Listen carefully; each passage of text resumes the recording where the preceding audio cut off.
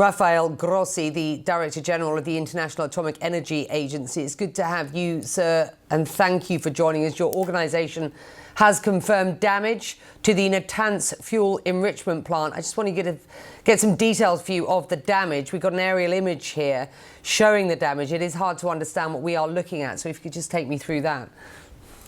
Well, yes, it's good to talk to you today, Becky. Since the beginning, of course, of this episode of confrontation between Israel, the United States and Iran, we have been following very, very closely the situation with regards to the nuclear facilities. Of course, you may remember that last year the whole campaign was actually, I would say, very focused on the nuclear facilities, which has not been the case this time around, with less focus on them. But between yesterday and today, we finally got images that we have been analyzing on some partial strikes on, as you say, on Natanz. They seem to be rather limited, aiming at one portal and one access to them, and something perhaps also on Isfahan. So this is as far as we can say. There is, it's not at the scale and dimension of what we saw last year for now, of course, because the conflict is ongoing and things can change very rapidly. Let me just ask you about one other site or another site before we move on and find out what your sort of lines of communication are with Iran at the moment. Russia raising alarm over the impact on Bushehr nuclear plant. Now, this is a plant that sits opposite and in close proximity to Gulf countries and has been a constant source of concern for many in the part of the world where I am, should it be targeted either intentionally or accidentally. What's the risk there, and do you share those concerns? What's your message? Well, of course, we should say, first of all, that there has been no impact or no attack registered on the Bushehr nuclear power plant, which is an operating nuclear power plant. So completely different in dimension and possible consequences to a place where you have some nuclear material stored. Here, there would be an impact, and I remember, and we discussed that at the time, there was a lot of concern in the area where you live and other countries. We were giving a lot of advice and indication and guidance to the nuclear safety regulatory agencies in all the region in case something occurred. We haven't seen that. I was very clear last Monday, the board of governors of the IAEA indicating, of course, that nuclear facilities should never be attacked, and in particular this one, because it's the one that really would pose a serious environmental risk. So let's just talk about what you know and what you don't know at this point. I mean, do you currently have any direct lines of communication with Iran? And how often are you actually talking to them about inspections and nuclear safety at this point? Well, I don't think we can have a normal dialogue at time of war.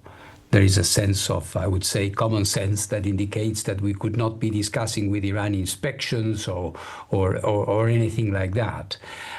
We have a contact with the Iranian diplomats and other informal channels with people in Tehran, but we have lost, and this is regrettable, we have lost communication with the nuclear safety and regulatory authorities in Iran since the beginning of the hostilities there. It might be an issue of communication, but we haven't been in touch with them, which would be very, very important. I want to talk about the nuclear threat that has been part of the narrative in the run-up to this war.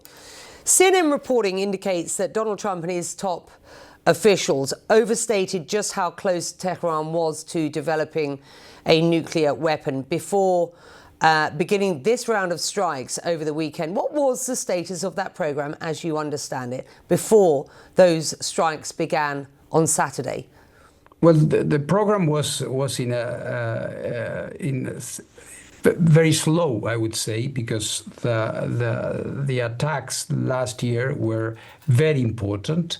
The damage was considerable on all the main nuclear facilities, Fordo or Isfahan and Natanz, on all these places where they have the main activities. There are other places in Iran, of course. You mentioned Bushehr, but there is the Tehran Research Reactor, and there is a number of facilities there. But these were the main, that was the core of the big nuclear program there. And that was, of course, was in a, perhaps we could say frozen, if not almost stopped.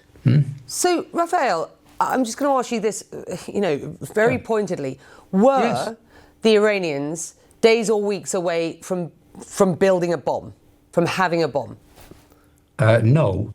Last year we said, and I repeated it again this time, that while there are many elements there that were of serious concern, accumulation, unjustified accumulation of huge amounts of almost military-grade material, lack of transparency in inspections, and so on. I could enumerate a list of things. We never had information indicating that there was a structured, systematic program to build or to construct a nuclear weapon. So we have to balance the two things. Yes, many reasons for concern, but there wasn't to be a bomb tomorrow or the day after tomorrow.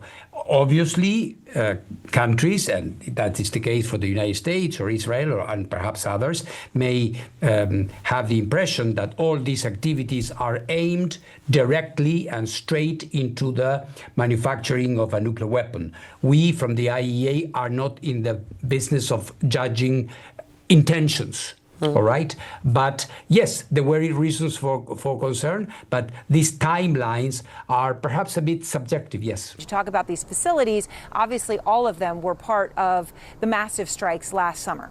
All right, that supposedly obliterated Iran's nuclear program. Now we're seeing these additional strikes.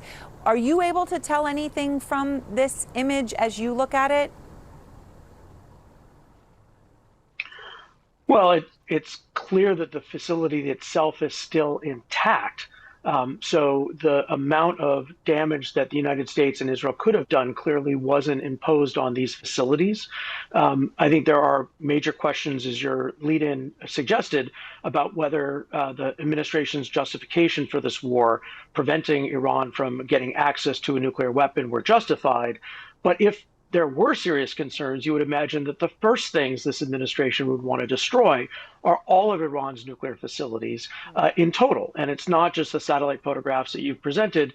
There's a headline now in the New York Times that, in fact, the most likely storage facility for the 60% enriched uranium at Isfahan also appears to have been untouched. So I think there are a lot of questions about the administration's strategy and its justification. But if you are going to go to war to prevent proliferation, you would target these facilities, and they appear to be intact. Right, and it looks as if both they are targeting, but they are leaving them intact. Given what we've seen about the strikes so far, it would seem, I mean, tell me if you think I'm wrong, but it would seem that that's purposeful. I mean, do you think that's purposeful and some part of some broader strategy here? How do you interpret it? Well, I think it's very hard with this administration to interpret from afar. If this was in the Obama administration, the Biden administration, the Bush administration, you could assume some level of coordination. I don't think we have seen that level of coordination politically in terms of when the strikes took place, and I think in terms of linking the president's stated goals for the war and the actual military operations. There are clearly some things, air defense, anything that CENTCOM commander would view as a threat to operations. But if the goal is to prevent access to a nuclear weapon, you have to go in and strike all the nuclear facilities and obliterate them, and that wasn't done.